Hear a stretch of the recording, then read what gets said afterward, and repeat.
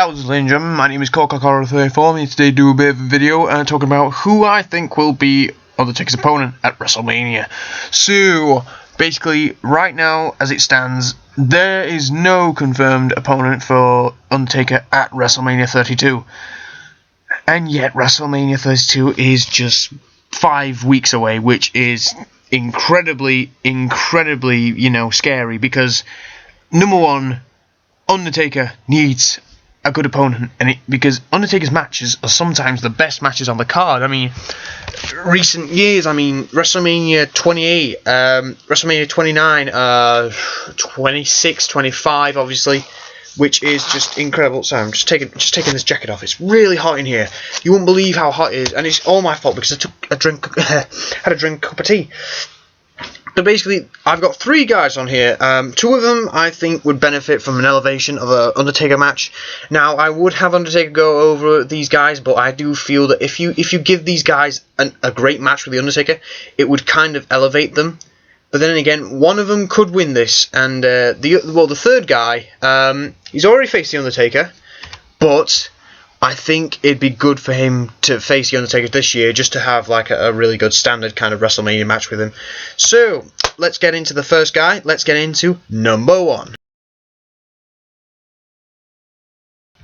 So you're probably thinking, Randy Orton? Why? He's already done a match with the Undertaker at WrestleMania. Well, I'll tell you why. Number 1, these two haven't fought at WrestleMania for a very long time. It's been, 11 years, 12 years?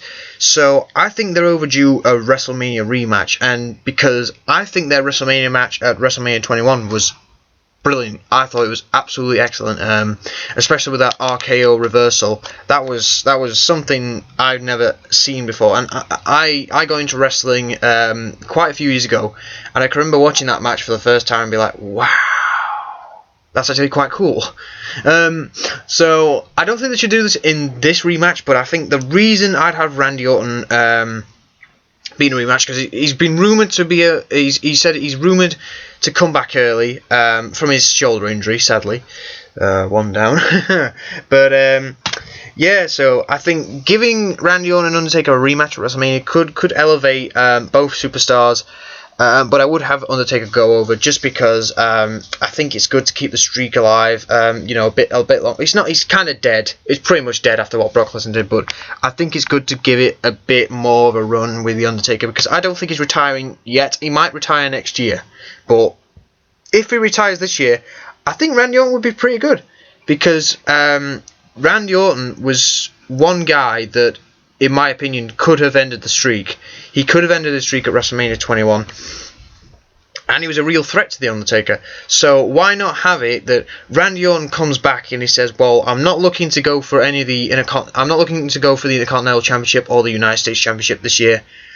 I can't be putting the world title picture, so I'm going to go for the next best thing. I'm going to go for The Undertaker. I'm going to prove that I'm still the Viper. I'm still the apex predator that you all know.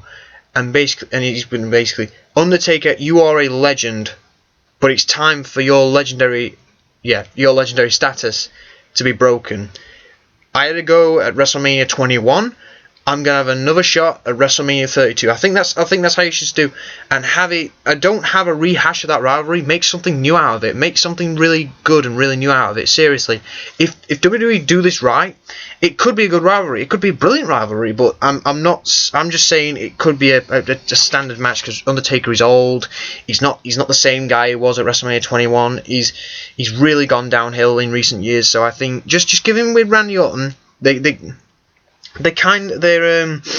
styles kind of complement each other sometimes. So I think giving that chance to Randy Orton and maybe having him put the Undertaker over may elevate the Undertaker a bit more. But if he retires, then it can be like Randy Orton can go back into his legend killer phase a bit with the Undertaker, and maybe reminiscing about how he lost at 21 and how he's going to do it this year, but then he doesn't. And then basically the legend of the Undertaker puts down the legend killer, the Viper, the apex predator, Randy Orton. So yeah, that's why I think Randy Orton is number 3. Well, number 1 is one guy that I choose. So let's get into the second one, which is number 2. Okay, so you're probably all thinking, why Kevin Owens? Kevin Owens is not that level yet. Well, it's kind of the same thing with Randy Orton, because I think after Fastlane they should have where Kevin Owens is like, oh, I should win. I got kicked out of the Intercontinental Championship picture. I'm not going after the United States Championship. I can't go after the World title, so I'm going to go after the next best thing. I'm going to challenge The Undertaker. I'm going to break his streak for the second time in his career, basically. And I think just giving Kevin Owens that kind of elevation in a rivalry with someone as big as The Undertaker might push Kevin Owens a bit more, because he's kind of gone downhill, and especially with losing the Intercontinental Championship, he's kind of gone downhill quite a bit. So give him that big rival, give him a huge rival, and he doesn't have to do the pop-up powerbombs Undertaker, you know, because, well, he could do. I mean, Undertaker still has that kind of finesse and style to him that he can probably sell a move like that. But I think it's best that, you know, just putting that I can't speak today. Putting that athleticism with Undertaker, I think could be a good idea, because then Kevin Owens can show off his moves, and then Undertaker can really carry this guy. And maybe, just maybe, if WWE wanted to, they could put Kevin Owens over. But I think Undertaker should go over in this match. So yeah, not much on Kevin Owens, but I think that because Kevin Owens is a new guy, he's tough, he's a rookie, and I think just putting him in with the Undertaker could really do some good for the Undertaker. And I think if they do, I don't think the Undertaker will retire. So yeah. Yeah, Kevin Owens is number 2, so let's get into the last guy, number 3. So, Finn Balor, the young demon, as WhatCulture.com put it. Now, I kind of agree with WhatCulture.com. Finn Balor versus Undertaker at WrestleMania, that would be an incredible match, and plus it would be a passing of a torch, because why not bring Finn Balor up? I mean, yeah, he's still the NXT champion, but seriously, bring him up. Why not? I mean, there's no problem with that. I mean, that's what they did with Kevin Owens. They brought him up with the NXT Championship, and he still defended the title. And dropped the title, obviously. So, have Finn Balor drop the title to, I don't know, Sami Zayn or Samoa Joe. You know, whoever's in that. If it's a triple threat match. So, seriously, just have him drop. Just have him come up. Have him go into a rivalry with The Undertaker. Have The Undertaker say, it's time for me to go away. It's time for the old demon to drop his mantle as the demon to a younger demon. And then Finn Balor comes up and he challenges The Undertaker, blah, blah, blah, blah. Seriously, what a good match this would be. And plus, it's the passing of a torch.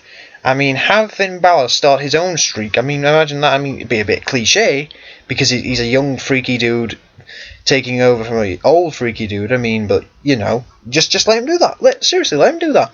So yeah, hope you've enjoyed this video. These are my 3 suggestions for Undertaker's WrestleMania opponent at WrestleMania 32.